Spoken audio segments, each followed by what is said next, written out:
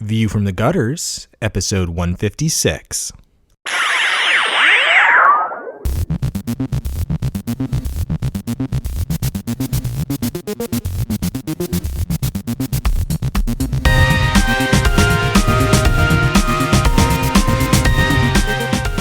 Welcome to View from the Gutters, the comic book podcast where each episode we discuss a collected edition, trade paperback, or graphic novel, and then recommend and vote on the book for the next episode. Warning, the discussion portion of this show has massive spoilers for that book. On this episode, we discuss Kill Shakespeare by Anthony Del Col, Conor McCreery, and Andy Belanger. Thank you to all of our Patreon sponsors for contributing to the show. And a special thank you to this week's episode sponsor, Addison Appleby. To skip ahead to the recommendation section, skip to 1 hour, 1 minute. All right. 158. 150. 496. Stop it. 150.12. Let's just shout numbers like auctioneers for the first 5 minutes. Episode 156. Fuck no. Brant Gillihan-Eddy. Why? Joe Preti. Kayleigh Fleeman. Kristen DeForge. Whoa. I'm not What? kidding anymore. What? Your first, what? That was the robot sitting in for me. My name's Kit DeForge. All right. There is a Kit robot here. and Fuck, it's Kit DeForge. There, fucking, done.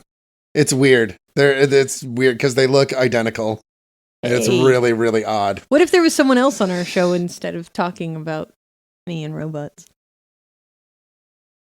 Okay, There's good. no, there's just you and robots. Me and robots for the I'm entire Katie show. Valley. Everyone else And go a the fuck home. skeleton Well, yeah, that goes One to that says Bring thing. Zeke into this. who sits at home. He's cooking dinner for me. I left him a fucking list.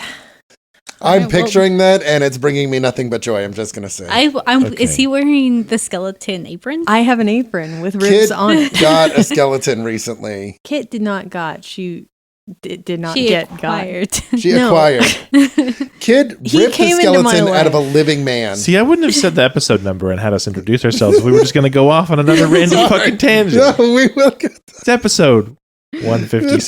156. He asks himself again for like the ninth No, time. it is 156. Kill Shakespeare. That's why we're here. Kill, shake, spear. That reminds me of Bowfinger, Eddie Murphy. All right, we're not I'm going to go against there. tangents. That's what you're going to say. You want me, huh? Kill Shakespeare? That's what you're being a racist. Sorry. If you haven't seen that classic, Eddie Murphy, Steve Martin, Bowfinger. It's a good movie. Mm-hmm. Kayleigh, this is your show. It is my show. Well, I'm in charge. wait a minute. Everything. Whoa. We're Whoa. I control the vertical. I Yeah. control the horizontal, even though none of those No, things are see, we're involved. doing opposite Invader Zim rules where it's the shortest person's in charge. And so, Fuck this Whoa, planet. Here I yeah, am. God. surprise, person. Person, Not not cat. cat. We fear cats. Cats is Cats people. are different. Cats. Pretzels is the same. Pretzels. What the fuck is going on? This is going to be Anyway. a long episode. Yeah, well, I don't know, man. I might die. I'm just going to say that. That would be very fitting with the theme. Tragic. Tragedy Kill strikes. joke spear? What? A king what dies. Then Kayleigh talk. Yeah. So Kill Shakespeare, which is the book that we read and we're now going to be professional and talk about because we are real adults who speak professionally about things. Kill Shakespeare is basically fables, but set in the universe of Shakespearian plays, poems, sonnets, tragedies, all of these things. It is the idea that Shakespeare is God of this world and all of these characters are real. And they are now trying to find Shakespeare either to have him save them, which is the oh my gosh, I'm forgetting the name. The prodigals. Prodigals. Something. Believe that he is God, he is good, he is just, and he will rescue them from the villains who seek to kill God, take his quill, and rewrite the universe where they win. Hamlet is the main protagonist of this and is tasked by King Richard III to find and kill Shakespeare. some things happen. Hamlet realizes, oh, probably not a good idea to kill God. Just saying, like, not going to work out. And he ends up trying to save Shakespeare. I have a lot to say about this book and about Shakespeare because, as our listeners might not know, but you guys should, I'm huge into Shakespeare. I love Shakespeare, like more than life itself. Everything is for Shakespeare. So I wanted to open up the floor a little bit before I got into tangents and conspiracy theories. I have a question. Why isn't Hamlet a little ham? Because it feels like it should be. Joe, you're out of the episode. You're gone. Wow. Also, when you say Shakespeare, you mean Francis Bacon, right? Yeah, of course, obviously. Okay. Yeah. I just wanted to make sure. Mm-hmm. Hamlet, Francis Bacon. Yeah, something's going on here. Yeah. Okay. Is that one of your conspiracy theories? Yes. Okay. Kayleigh, what about that theory? You told me and I was ignorant as hell, so. Okay. So, then I will jump into it. It came up. I find this work particularly poignant to the idea of Shakespeare and who he was because we still don't entirely know who Shakespeare was. There are conspiracy theories abound about who Shakespeare may or may not have been. The main consensus is that Shakespeare was Shakespeare of Stratford-upon-Avon. He was a merchant. He received some schooling, dropped out probably around what would have been middle school. He never received any official or recorded education past that, but he was, by accounts, a smart enough man and a good enough merchant that he was clearly not stupid.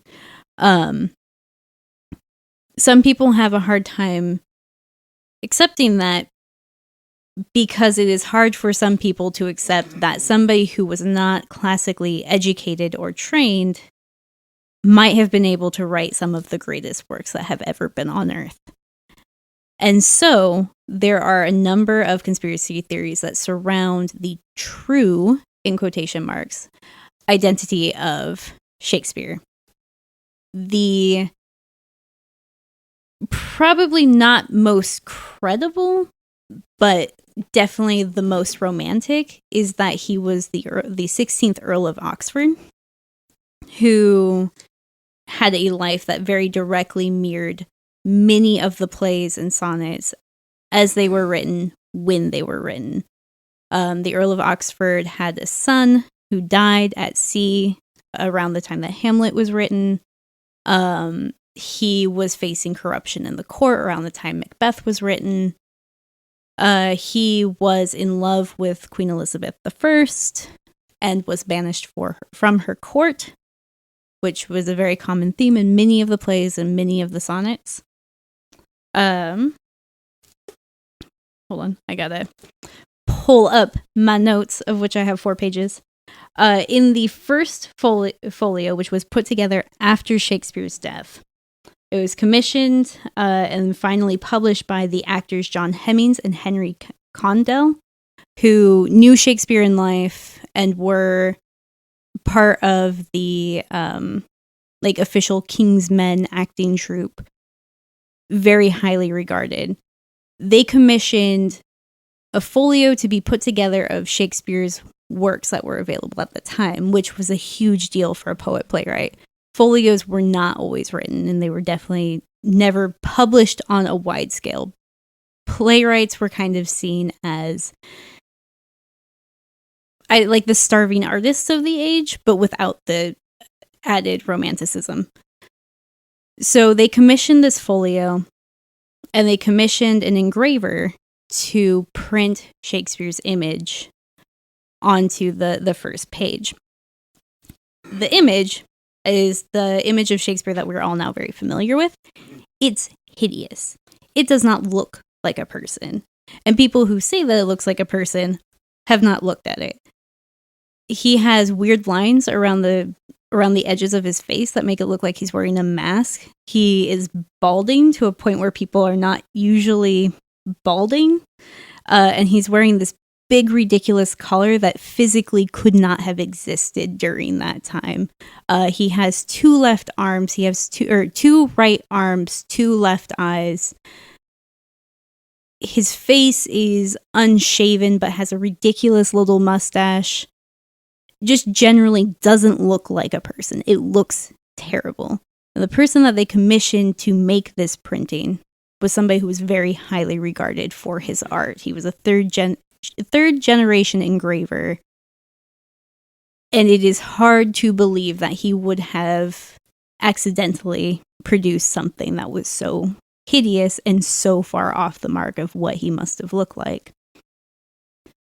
So a lot of conspiracy theories abound about that, with the idea of it had to have been done on purpose. You don't accidentally give somebody 2 left eyes. You have to do that on purpose. He would have presumably had many paintings that exist of both Shakespeare and of the 16th Earl of Oxford to look at. So regardless of who it was, he clearly had material to work from, and he had to have made a conscious decision to do that. There is also then a dedication written underneath that engraving that basically says, don't look at the author because this isn't him. Look instead at his works. And so that stirred a lot of these conspiracy theories. So getting back to the book and the point of the book where the main characters are trying to find Shakespeare, that is not at all unlike what academia is trying to do currently with Shakespeare and trying to define who he is. And I thought that was really neat. And you can tell that the creators, which was Anthony Del Col,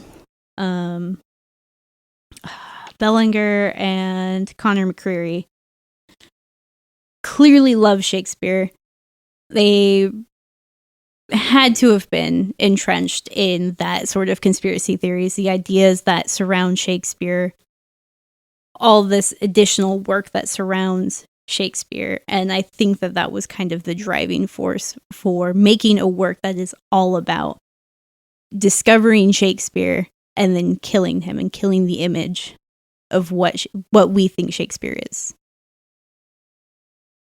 They did their homework. Yeah. That's a good way to put it. And everybody else's.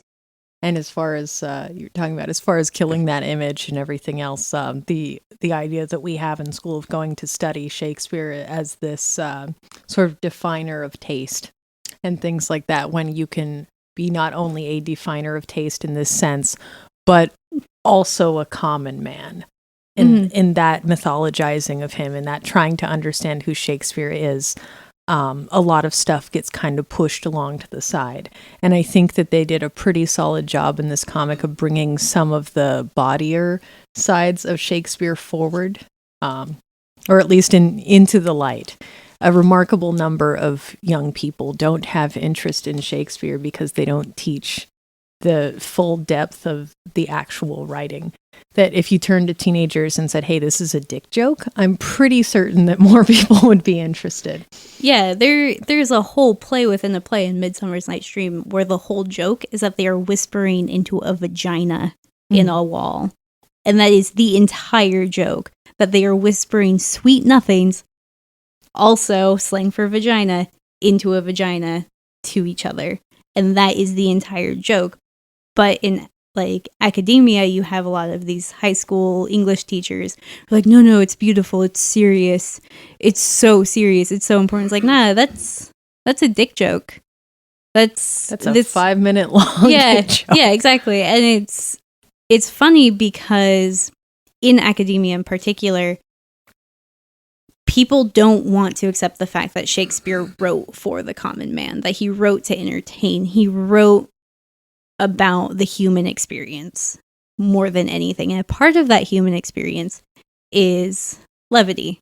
Of we make jokes, we have sex, we have fun. Sometimes bad things happen, sometimes horribly tragic things happen. But it's a rare person that is 100% sullen and sulky 100% of the time.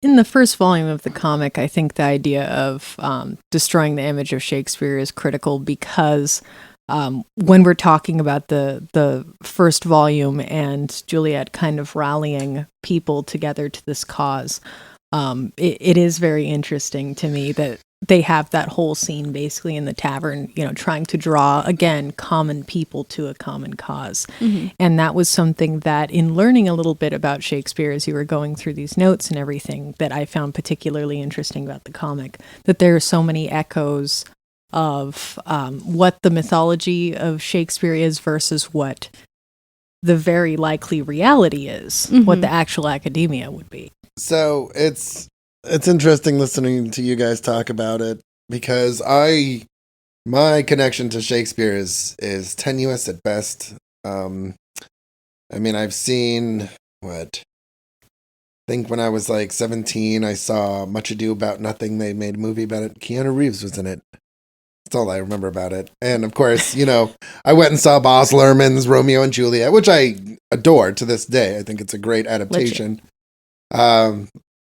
But I have never felt a connection to classic literature. I grew up loving to read, but I think the classics are something that they either kind of reach out and grab you, or they just leave you cold. And I was definitely in that second camp. I tried reading The Scarlet Letter for about 10 minutes, and then I was like, oh my God, this is so like obtusely. I can't do the translation in my head, especially when I was a kid, because I had like, some people have very orderly thoughts in my head, especially when I was a kid, were very much like London traffic or Paris traffic. New Delhi. Yeah, right. It was just very much, I don't know that it was as bad as New Delhi, but yeah, you get the point. It was not a happy, fun place. And I read Don Quixote and I like that, but I read a highly abridged version of it. Shakespeare has never really captured my interest. I am aware of him in that kind of pop culture way that you kind of have to be aware of him. But reading, so I think a lot of kind of the deeper context of this kind of went over my head. I read this a lot like Shakespeare fan fiction, and because I'm only kind of very shallowly like aware of the Shakespeare canon, it was very much like if somebody who has never watched Star Trek read Star Trek fan fiction, they'd be like, oh, well, this is well written, but I'm really not kind of getting a lot of like what's going on and the bigger importance of what's going on, because I don't know who Picard is and I don't know why Riker's having sex with that alien woman. Like, it's like, yeah. So I kind of felt like it was largely lost on me. I don't really, I warmed to it, I think, in the second volume. I think it was just old Englishy enough to kind of give it, that kind of verisimilitude, but at the same point, not enough to lose people, which I think is a very good balance. But yeah, at the end of the day, I'm just like, this is not a book written for, like, if you love The Bard, then yeah, you'll probably really, really like this, because it's like all your favorite, people like teaming up to fight all your favorite villains, right? But for me, it's just like, I don't have a favorite Shakespeare villain. I don't really have a favorite Shakespeare hero either. So I was just kind of like, all right, well, this is interesting. So I feel like it was largely lost on me, is I think what the point I'm getting at. It was, I think I'm always interested in shit like this because normally it's right up my alley. But this particularly, I think because of the subject matter, kind of was like, yeah, okay, I see where you're doing that, but I'm not, there's something else here, and I'm sorry that I can't get it. Brant, you've been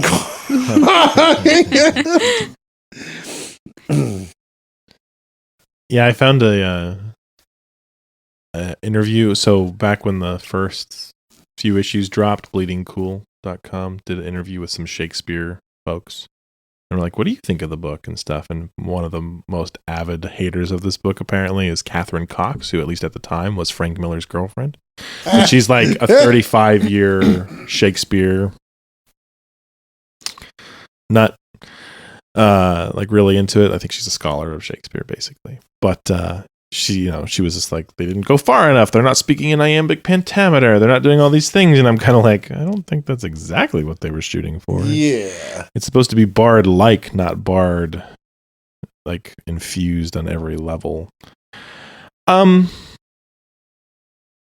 I feel conflicted about the book and the series in general. Like, there's some really clever ideas here. I'm always a big fan of, League of Extraordinary Gentlemen fables, which gets compared to a lot. I like quite a bit. And so I see the appeal.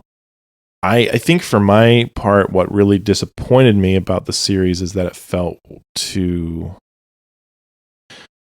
It's very wordy, which makes sense because it's Shakespeare, in a sense, right? Or Shakespeare infused. But I feel like either things should have been, I don't know, it felt weirdly compressed and rushed in certain places. And then I found myself thinking about fables where there is this conflict, this meta conflict that's happening in that series about all of the characters kind of being at war with each other, or certain groups of them being at war with each other. But that's not the only story that's being told. And so I felt like this almost lost an opportunity to create a really rich world at the cost of making this like it's all or nothing big fight. Mm-hmm. But then we get another 5 issues or 6 issues in volume 3 where it's like, well, that was a big fight, but now it's an even bigger fight. And so I haven't read the volume 4 yet. But I'm kind of afraid that it's going to be like, and then it's an even bigger Dragon fight. Ball Shakespeare. Yeah, it's like, yeah, exactly. It was Kill Shakespeare Z. And so, like, I found myself really fascinated with the characters, who was on what side, how they were oriented, how they interacted with each other. I felt some were more tonally consistent with what I thought of their original versions than others. Quite frankly, I'm not a bad person. Okay. I just want to preface this for everything. But like Juliet in particular feels way tonally off from what Juliet is presented in this thing. Mm. And I understand there's an appeal there, both socially, and that's the character they chose to embody that kind of spirit. Like, whatever.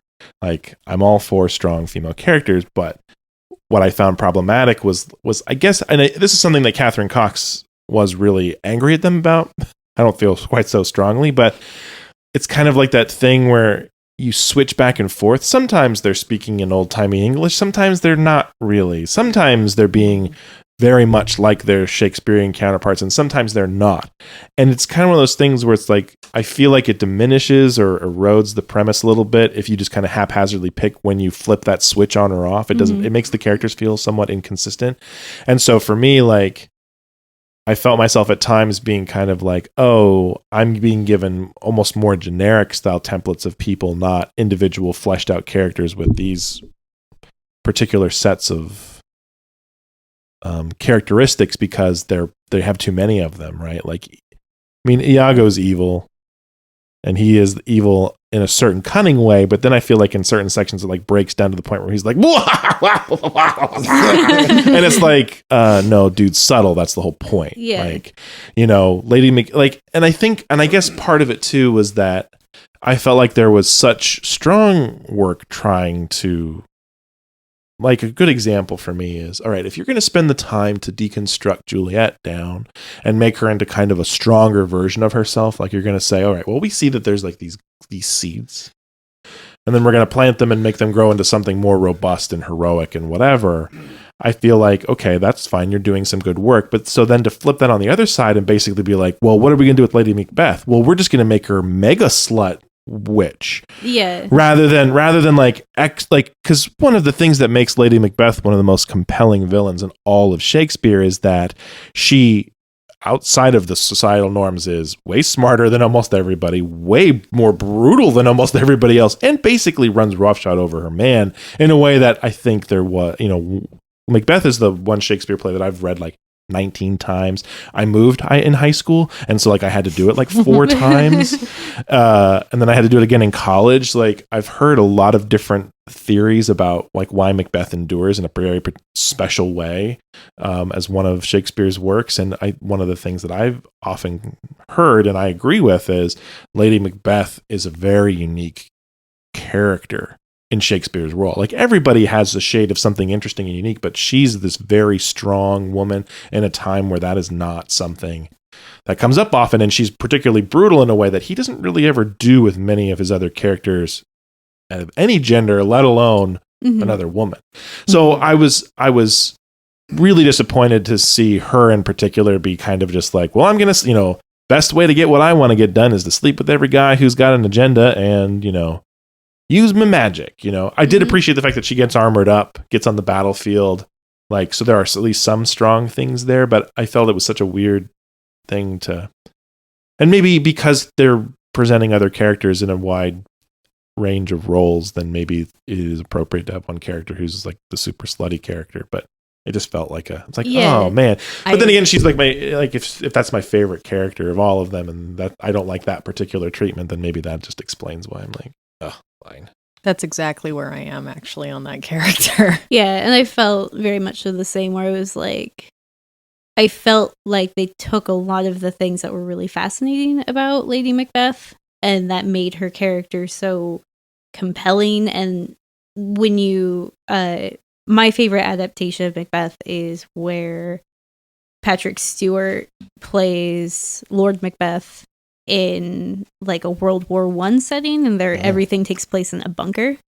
And I cannot remember the actress's name right now, but the woman who plays Lady Macbeth did an amazing job, and you sympathize with that character so much. And she doesn't change the lines at all. It's a direct adaptation, but a different time. But you just feel so much for that character that even though she is villainy incarnate, you still feel like she's a real character. Yeah. And that she has an agenda for herself that's of her getting free, of her being recognized, but also of an agenda for her country and for her enemies and everything else. And I didn't feel that in this book as much. I really felt like, especially with her walling up Macbeth in like the first issue. Right. Yeah, you get the just impression like she's more of the long game type person. Like she'd string Macbeth along for a while until there was an immediately obvious advantage. And then I think the thing that I realized was that then moving into Tide of Blood, like again, she's just kind of like off to the side while Prospero's doing his thing, and it's like constantly being like, oh, Prospero, and I'm just like, what? Yeah, it took away a lot of the agency of that character. I'm glad that they gave Juliet agency, because Romeo and Juliet, while a great tragedy, a great love story, was also written through the lens of, look, young people are fucking stupid. Yeah. They are dumb as shit. Don't let them do things. They're dumb. They'll fuck it up. Order a cup of coffee, not a kid. They will find a way. Don't let them do things. Yeah. Don't let them outside on their own. They'll fuck it up. They'll fuck it up. But no, so it's nice because you see Juliet grow up from that, and you start to see Romeo grow up from that, but then it's kind of taken away from him. And that ends abruptly. Yeah. But I also had a really big issue with how Miranda and Prospero were cast. It was like, oh, we're going to take these people who are a little eccentric and who are a little cunning, and just dial up the villainy, even though that was never really a thing in the play. Like, what? He's villain. He's hardcore villain. He's worse than anybody. It's like, but that didn't... that's why, not the play. Like, but I mean, yeah. And I think that's where it falls apart a little bit in general, is like, is this the sense of like, well, great, you pick these characters, but you've altered them so much to fit your needs that are you bringing this to new people? I mean, you're bringing their names and the concepts of them. Yeah. But like, who's going to read this? Who's going to be inspired to have read this and then be like, well, I'm going to check out that Billy Shakespeare guy. And then read Othello and be like, oh. That's weird. Yeah, that wasn't anything like the thing I just read. Well, and so I realized something weird. So Claire Danes played Juliet in Romeo and Juliet, right? And now she's on Homeland, where she plays like a ex-spook, doesn't she? Like an ex-CIA badass type person. Sure. That's a weird thing. But because Juliet, and then like Leonardo DiCaprio was Romeo, and then now he's playing a guy who is in the woods fighting a bear. That's and he also played like the Wolf of Wall Street. And he still doesn't have an Oscar, which has, of course, a big knife, which is like a dagger, which is like Shakespeare, relevant. Whoa. We are getting fucking deep here. And it's, mate, no. I was also confused about magic in this world. But so this is my thing, because I think the Fables comparison is kind of inevitable in this, because you're taking a bunch of characters that come from this kind of really these old stories, right? These old medieval stories, and you're recasting them. And I think I find myself thinking one of the things I like about Fables is that because a lot of those stories are morality stories, the characters have very little characterization, because the characters are only the vehicle through which the moral is conveyed. So you can take Snow White and you can kind of move her into this like role where she is like taking no shit deputy mayor. She knows what's up. She's not, she's very fucking political. She's got a lot of political savvy, very put together person. And that doesn't feel like you're never really saying, well, Snow White wouldn't do that, because Well, and I feel like because of the way Fables is built, there's enough long form narrative there to work yourself there. Like I think about one of the jokes that comes up kind of early on is that Cinderella is it Cinderella or is it who's the princess from Sleeping Beauty? It's Beauty. Aurora. Oh no, Aurora. Yeah. I can't remember which one, but like one of them's a badass spy. I think it's Cinderella.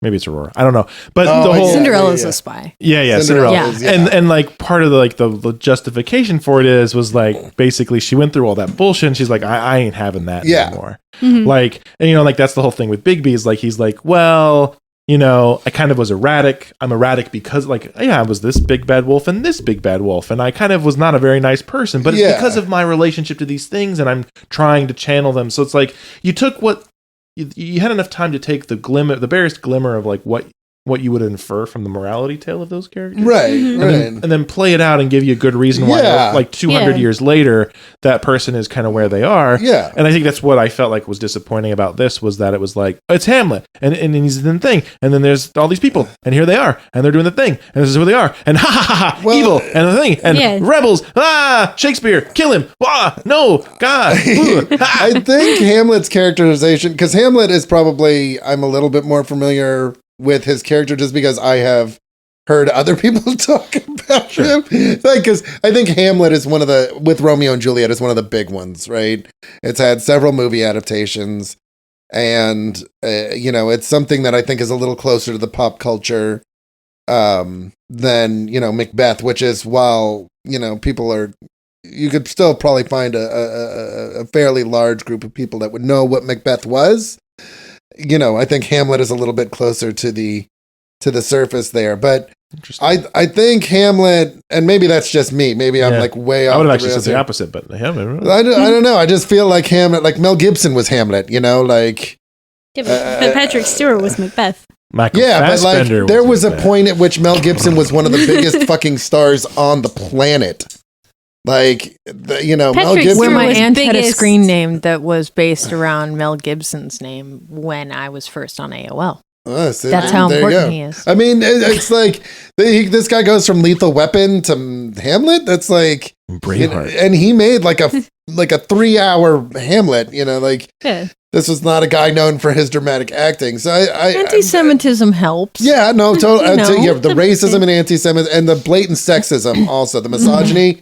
Wow, that really carries you. Mm-hmm. But, I feel like Hamlet's characterization through a lot of this is the most consistent, because he feels like the morose prince. Well, but the thing is that but that's that's why it's so easy to characterize him, because it's like, well, we need somebody who kind of doesn't want to maybe do this, but kind of does want to. Yeah. Oh, let's do Hamlet. Yeah. Because that's all he does is sit there and be like, I should, but I shouldn't. I should, but I shouldn't. Should I? To be or not to be? Yeah. How It's do like- I saw a ghost? I think the whole problem with this is that they kill off Guildenstern and Rosencrantz Yeah. way too early. Yeah. Oh my god. Also, to all you guys and also to our listeners, if you have not seen Guildenstern and Rosencrantz are undead, you should absolutely watch it because it's Wait, fantastic. Wait, Are you undead? talking Are about undead. Rosencrantz and Guildenstern are dead? No, are undead. Are un- Okay. I know what I said. They did, no, well, It that's why I was are asking. undead, and Big- it's perfect. They're vampires.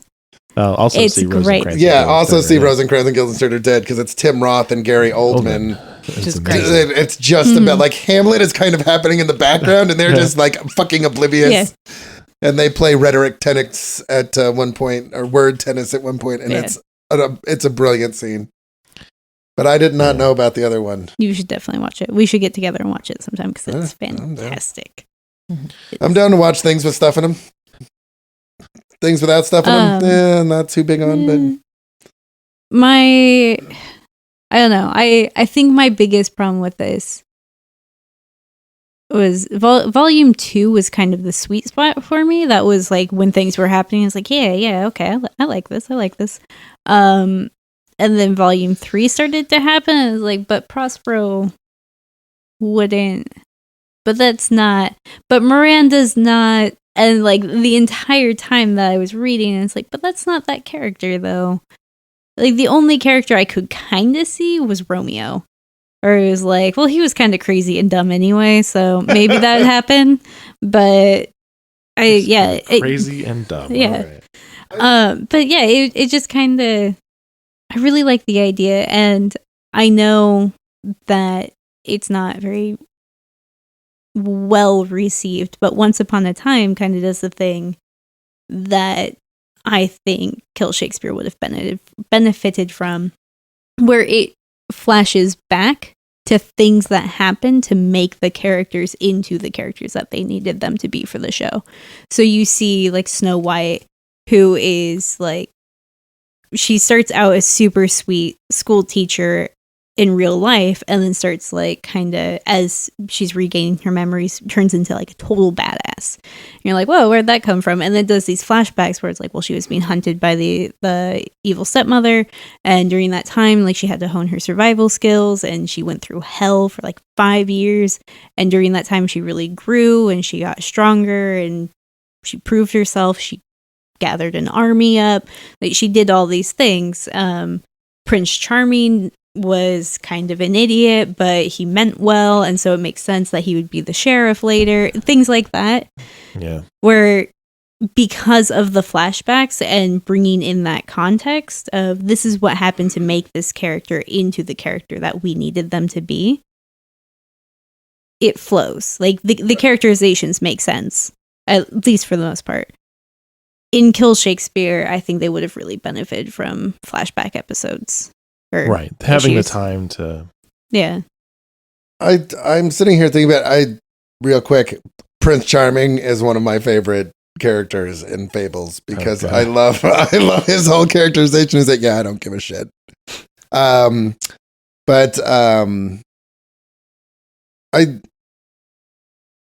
I'm with you about volume 2 being the sweet spot for me. That was definitely when I was able to kind of be like, all right, like, reading the first volume of this, I felt very aware that this is like, oh, this is like Shakespeare fan fiction. And so I'm like doing my Joe thing where I'm like, oh, that's silly. This is silly. This is just way too like fanboyish. But in the second volume, I was definitely able to kind of forget that and be like, oh, okay. I'm genuinely interested to see how this plays out. It lost me at the end, though, when Will is like, I'm just going to go and do my thing. Because I'm like, okay, so God is one of us? Like, is this... Yeah. Just It's like just a slob, like one of us. It's a stranger on a cart because they didn't have buses. How do you know? I assume. Were you there? I didn't see Eddie, Kit. All right. Well, then you weren't looking. Well, you know what? I saw a bus. Maybe you should reread it. I saw the sign, and it opened up my eyes. God. But I definitely was like, okay, you either need to know exactly what you're gonna do with that, or you need to just like end the story there. Mhm. Because I feel like, and it feels like it's starting to happen. I didn't get a chance to get all the way through the third volume because, life. But I read enough of it, and I could be totally off base here, but it feels like if you just have God walking around in his creation, and you've got this guy that's got a special connection with God, that anytime he gets into shit, God's just waiting around to kind of be like, I gotta fix this shit. Like a good neighbor. And it becomes like exactly. It becomes like the sonic screwdriver, or whatever it's the Deus Ex Machina. Yeah, exactly. It's the Deus Ex Machina, and it's kind of like you can't just have, because the effort to use him would be too great. It's like, well, if we get into a bind, we've got God like right here. He can do anything, and it's kind of like no, you have to kind of. I'm a big fan and we've talked about it a little bit. I think restricting yourself can make great creation can come out of restrictions. And so it's not a huge glare. I'm not like, fuck this book forever. Oh my God, I'm going to go shit on the people that wrote it, because that would be rude. And even if I did hate it, and really would. I'd have to fly to them. But I that kind of left me a little bit cold. Yeah. Well, and the end of volume 3, I have not yet got to volume 4. The reason why none of us did was because there was an issue in locating a copy. The end of volume 3 felt a lot like Sandman, where Prospero was basically just Morpheus. Yeah. And Shakespeare was like the first Morpheus and was telling him why he couldn't do things. And I was like, that's kind of a cheap. Yeah, but listen, no. Yeah. That's pretty much the ending of that. But it's like, yeah, but how about not? I'll interrupt you, but and so the ending was kind of difficult because they set up like this fantastic final battle, but because of the characters that they brought in, because they gave Prospero so much power, the only way that he could have been defeated, really, with how much power that they gave him, would be by his creator. Right. And he was just like, that's not... I would much rather have something different than that ending in particular. Like, especially because I have a problem with how Prospero was written and was just changed into a villain instead of kind of a cunning man who's like, I gotta marry off my daughter, get her off this island, and also reclaim all my titles. That's the Tempest. Like, the Tempest is literally Prospero going like, I'm gonna cause a shipwreck, she's gonna marry this prince, and then I'm going to go back with them, and then I'm gonna get all my titles back, and she's gonna get all of her titles back. It's gonna be fucking sweet.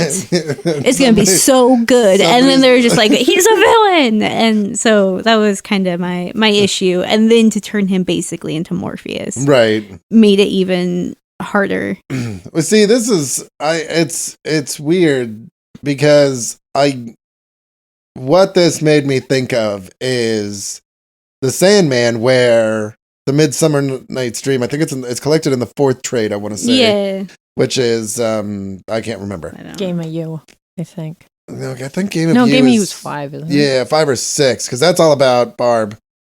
Well, and so I want to respond to something directly you just said about power and the character and power. Marvel used to do this all the time, like back in the 90s and the 80s, where they would give Thanos, it's like, you've got the cosmic cube, you can do anything, and here are all the heroes trying to stop you, but they can't because you're God. So you just get really sad and you stop doing it yourself. And it's kind of like, that is the least satisfying thing. Yeah. Like, Thanos has the Infinity Gems. He's like, I've killed half of the people in existence. Half of the beings in existence are dead now. It's not fun anymore. But yeah, that's pretty much what it is. It's like, I have defeated all the heroes. I have stopped everybody. I have won. And now I'm a sad panda. So I make it all back the way it was. It's like, oh my God, like, why even do it in the first fucking place? Why even do that in the first place? Why is that a thing you would do? But getting back to the less yelly point I wanted to make. It's been a while since I've yelled on microphone. It's nice. Is this made me think of because there's a couple different references to Shakespeare and the Sandman. There's one where he's talking to Hob Gadling, and they see, I think it's supposed to be Shakespeare and Francis Bacon, right? Talking in the in the pub. Mm-hmm. And I'm looking at you, kid, because you're like, Stop fucking looking at me. Then. I'm looking at you. Then why Doesn't you the looking at kid me? bot have some information on No, this? I see you, see me, seeing you, motherfucker. I see you seeing me, seeing you, seeing me, seeing you. No, I'm waiting to hear what you're talking about. Well, okay. It made me think of that because that made me. I liked the idea of Will Shakespeare as this kind of normal dude who had made a deal with this being that was powerful beyond any kind of comprehension in this incredibly specific way. And that because of that, he gained this tremendous insight. And he used that to pen these incredible little stories, right? And I like to think about, it's interesting to me to think about in the context of this, because it would have been interesting to read stories of the Shakespeare of that world, who was this man that had been touched by this beyond God. Mm-hmm. And then gone on to make his like own little world with all this and kind of played with it. I think that would have been cool. Like that's my Kill Shakespeare fan fiction. Well, see I see what you mean here, where you're saying the difference is you have like a whole box of crayons, many different colors, many different shades, many similar things related to other things, stuff that you can play with, things that you can make something full with. And William Shakespeare becomes the white crayon, where it's just kind of, at least to me in this story, he becomes the white crayon, where it's just kind of like, yeah, he's there. Yeah. Yeah, you could still use it on the paper or whatever, but there's still a sense of non-presence to me for a book based like where he's actually the title, where you could go somewhere, you could do something, but you need a situation where he's essentially contrasted with something else in order to get him to show up at all. Yeah. I guess. And as far as the Sandman comparison, it's more kind of a case where you've got a blue and you've got a yellow. Things that talk to each other. That you can see exactly how yellow the yellow is next to the blue, because you have some basis of comparison in that they're bouncing personalities off of each other. Yeah. And I think with Shakespeare in this book, there's kind of a problem of what happens with a lot of the characters, which is some things are just accepted and other things are played with. And so there's not really there's not a cohesive decision-making process in that, which I think is why when you have Shakespeare in this, it's kind of like, well, what do we do? Yeah, because we don't know who Shakespeare is. It's like we don't know what to do with it, which is interesting given the huge amount of research into these other aspects of Shakespeare's writing and, the academic belief about who this person was. Right. To still kind of have him appear as this sort of concept or blank slate. I'm not sure whether that reinforces what we're trying to figure out about Shakespeare or if that detracts from all this other work that had been done about his work. I'm not sure what to think. Well, I don't think the work takes a stance on it. Yeah, I think exactly. they have him kind of shedding this God-like persona where he is kind of sickened of what he has begat.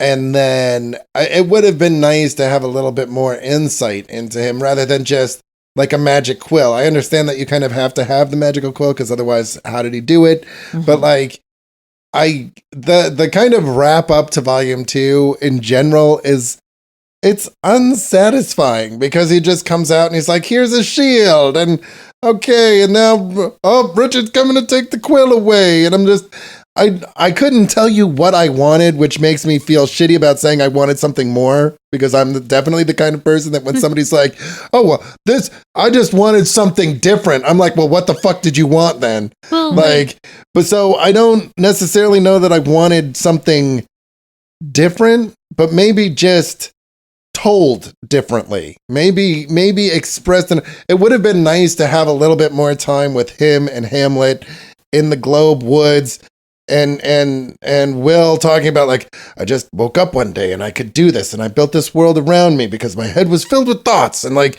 I realized that these people didn't stop living after I had created them. They continued to do things. Like, it would have been nice just to have this moment where Will was like, said, I watched the world I built spin out of control and did not know how to change it.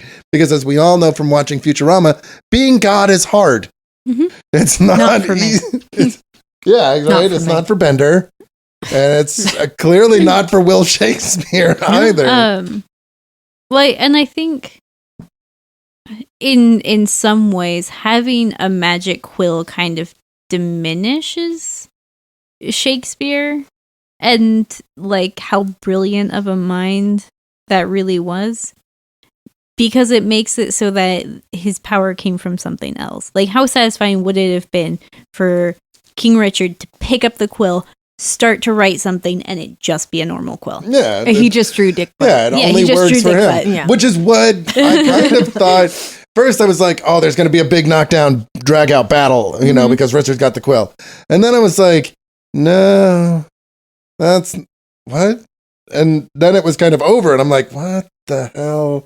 I like that idea, though. I like the idea that whatever kind of power exists is his. Yeah, and I don't know, that's the idea of the author as the creator and of the god of this world, I think, has weight, and they really they go with that idea, and they touch upon it a lot, but it's kind of so focused upon like, well, he has a quill, he has a magic quill. Yeah, it's like, but that's a magic mind. That Shakespeare did just astounding things. He redefined like the human experience. He invented the word elbow and eyeball. If they know he has a quill, then why is he God? Should they be deifying the quill, not the god? Not the god. And I think Atheist one. That's kind of what it comes down to. You have to. It can't be just kill Shakespeare, because then the question is like, well, what's that going to do? Like, is Shakespeare just kind of sitting in this big tower, like, whoa? So I understand the need for an item, but I agree with you that like, I feel like I feel like, and maybe this kind of brings us around to what I was saying before, but like in most fan fiction, the excitement is so palpable that you're getting to do this thing that you don't question, you're too close to it. And because you're too close to it, you don't stop to think, okay, what is going to be the result of this?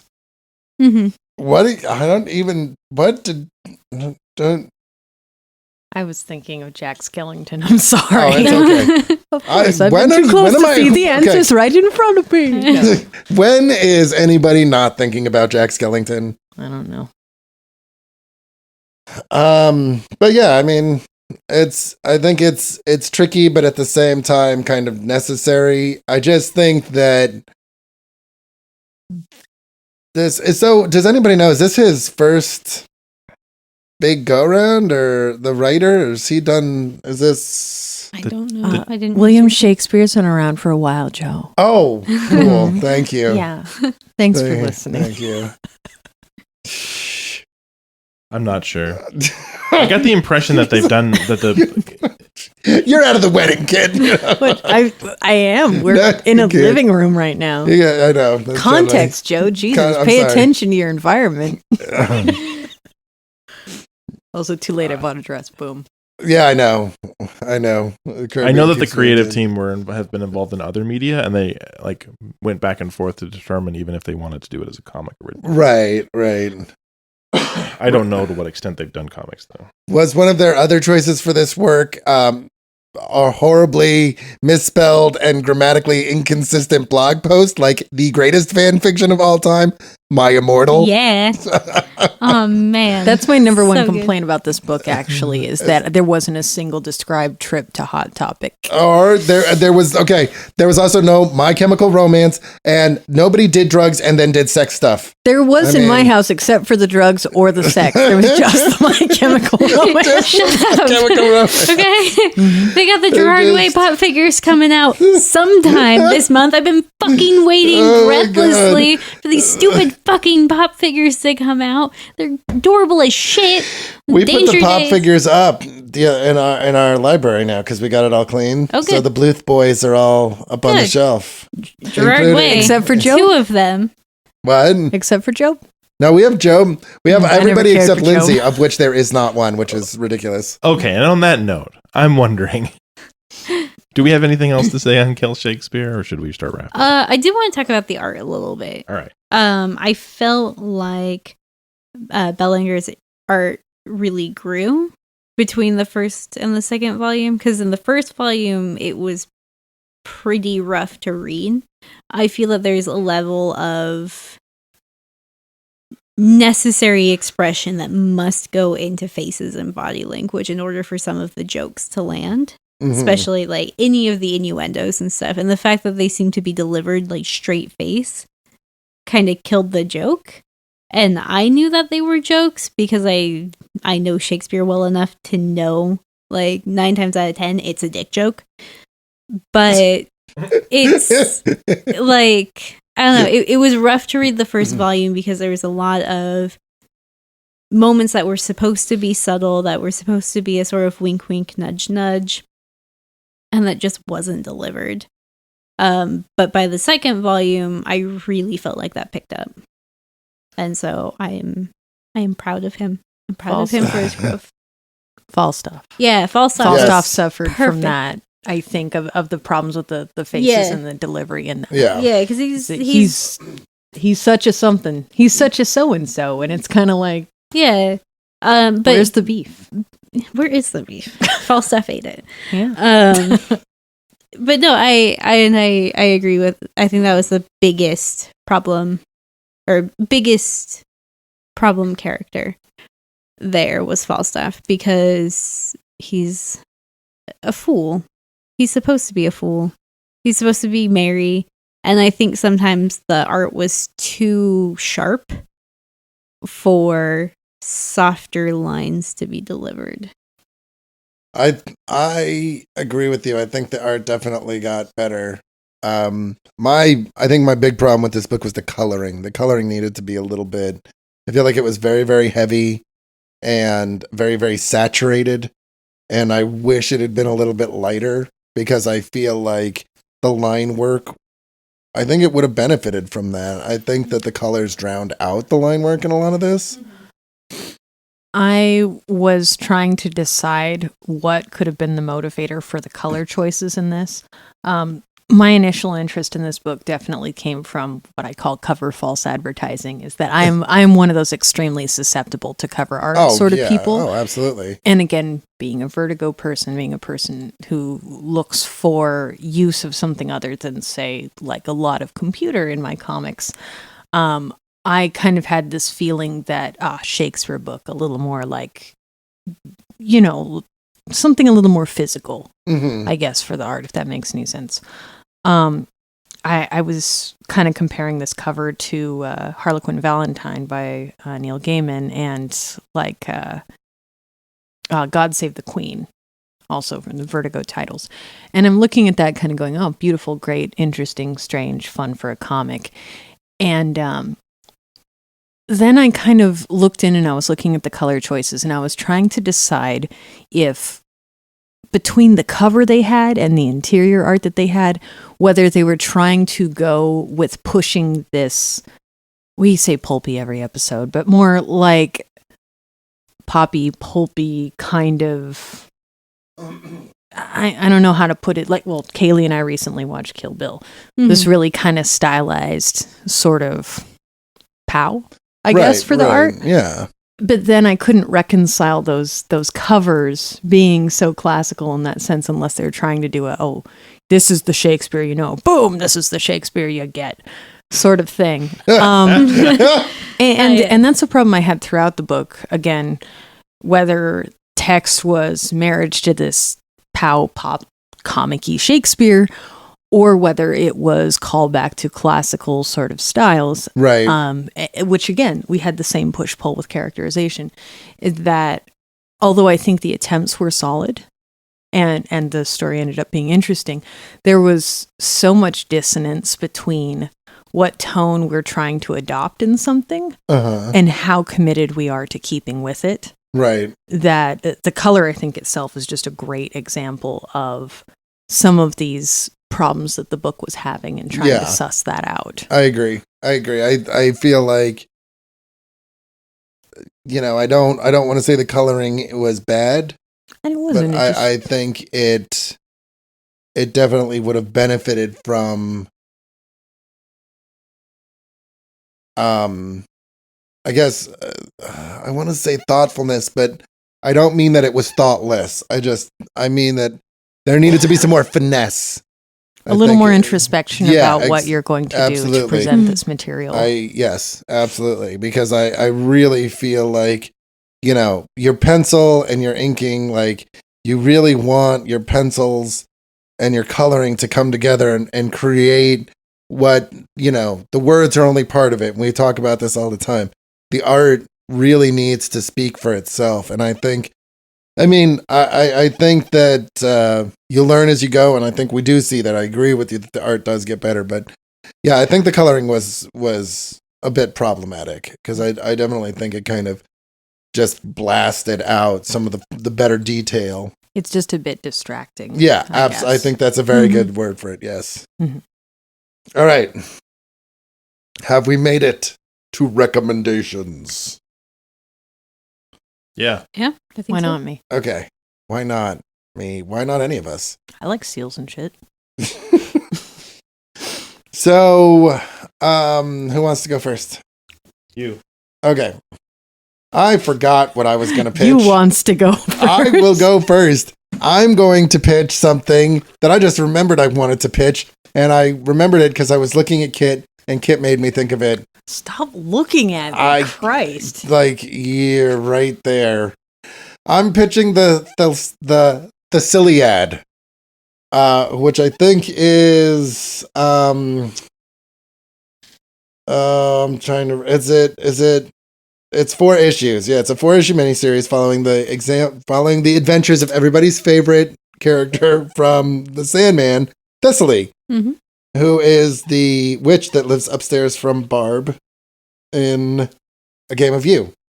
But who is it? Willingham that writes it? Yeah, It is Bill, shockingly, because I don't like Bill Willingham most of the time. It's weird enough. He actually, I think, does a really good job. So basically, Thessaly is living her life, and I think she's going to school somewhere, and she gets attacked in her apartment by hellhounds, and this is very distressing to her, and so she binds a ghost to her and goes out and tries to figure out who sent these things to kill her. And along the line of way, she has some pretty good adventures, and I love everything about it. I really like her as a character, and I love the art, and I love the way it ends. And it's short. It's it's not a super long read, but the alternative was that I was going to pitch Joe Kelly's run on Deadpool, which is 35 issues. So,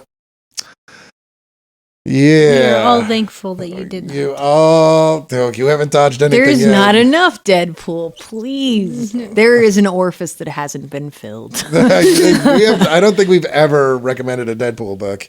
We've recommended them. I'm just Have saying we? the world. Yeah. Kate, I think, has. All right. Well, just prepare yourself because there's a very good chance it might be my long run pick.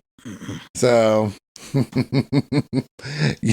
your just serves to make me stronger. Two people who every time they go to where Deadpool, and I'm like, it's pronounced Deadpool, not Deadpool. It's pronounced Diad Poulet. It's French. It's Man. Skull Poople. I wouldn't even have a problem with Deadpool if it wasn't for the fucking cosplayers. 9 times out of 10, it's just an excuse for a white guy to act like an asshole. Well, I know a lot of those cosplayers that you see the videos and stuff are very good about like asking for consent before they interact with people. I appreciate that.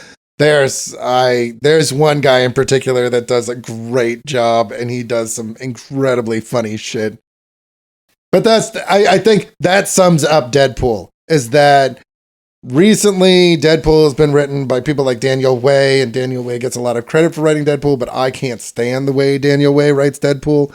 I think Joe Kelly really nailed the Deadpool character, and I think he did a much better job of getting into like doing that whole crazy thing, but having a lot of fun with it.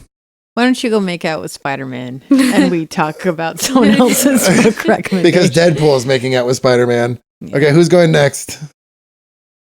I go next. Oh, go ahead again. Oh, okay. I am pitching Friends with Boys by Faith Erin Hicks. I've brought it before. I know Toby has brought it before. Super fantastic book. Girl is raised with 4 older brothers. She is the youngest of the family. Their mother ran out on them. She's spent her entire life being homeschooled, same as her brothers, but in her family, once you hit high school age, you enter public school, which was an experience not incredibly unlike mine growing up. So she is trying to find her way through high school as the youngest of this family, where her older brothers have already well established themselves in the school, who are well known, who are popular, who are annoying. Like, everybody has a different role, and she's trying to figure out hers. To further complicate matters, she is haunted by a ghost and is trying to figure out why she is being haunted by a ghost and what does that mean. Okay. Here's this perfectly normal story. I always forget about the ghost part. Well, that's the best part about this book, because even in the descriptor in the bag, it's like, yes, high school girl trying to figure out this thing. Also a ghost. So Faith Erin Hicks also did Superhero Girl, right? Yes. Okay. Zombies Calling. What? And Zombies Calling. Okay, I haven't read that one. I read Which I Superhero picked Girl. up for $3 at Gabby's. Pow, Nice. pow. Mm-hmm. All right. Next, go. Okay. So I'm bringing Black Science. We've also pitched this guy before.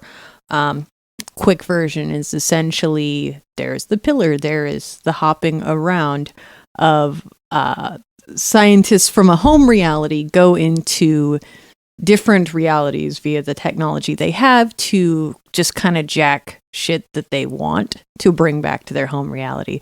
But somebody goes, nah, let's hit the rando button on this so that now you're not arriving where you intend to.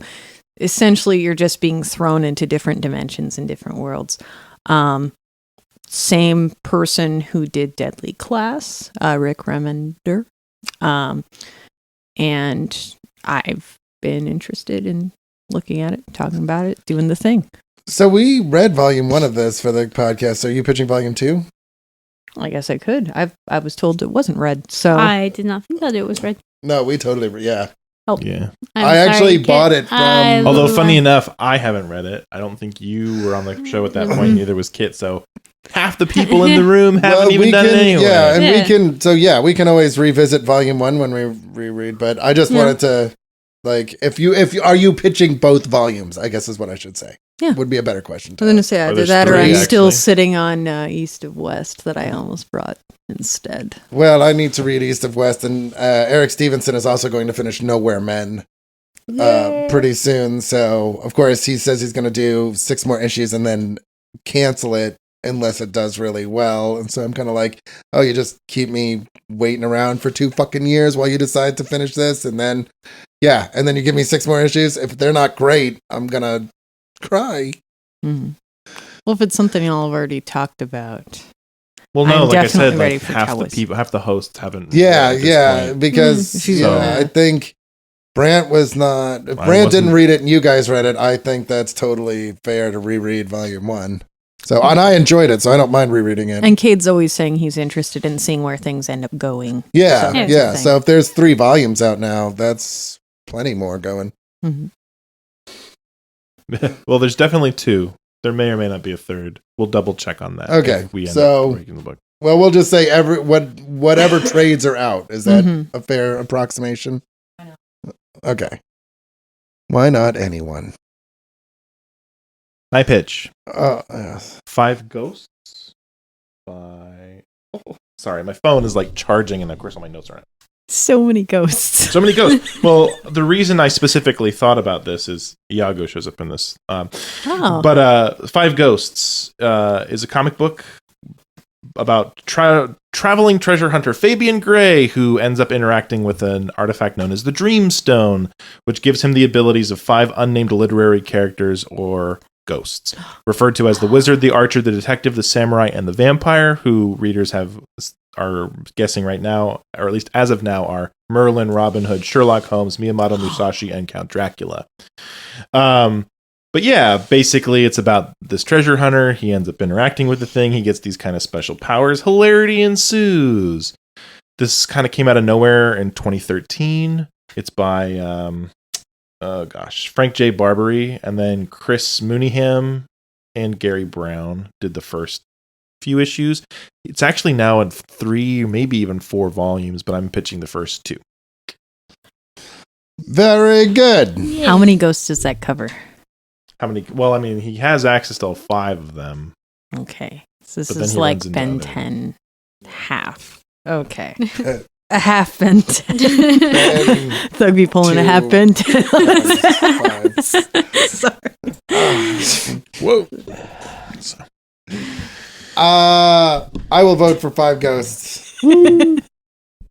Going to vote for the Thessaliad. Oh, dang. I want all of those ghosts. Let's do 5 ghosts. All right. Sweet. I was going to do Black Science, but Mhm. 5 Ghosts it is. I want to read that All many right. ghosts.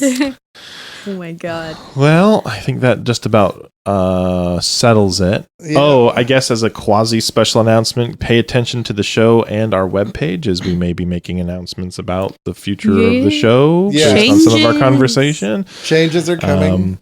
And Time we'll To go into face that the more. strange changes. Okay, this has gotten weird again. Time may change you, but you Me. can't change time. Okay. Goodbye, everybody. Goodbye. This has been a production of View from the Gutters. We hope you'll join us next time for discussion of our selected title. In the meantime, we encourage you to follow us on Facebook, Twitter, and Tumblr.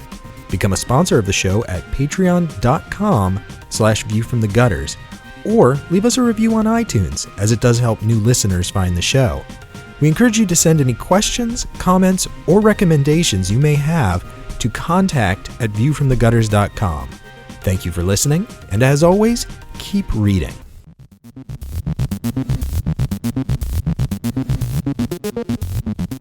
That's so many ghosts. That's I'm so ghosts. excited at the number of ghosts we talked about today. It's so exciting.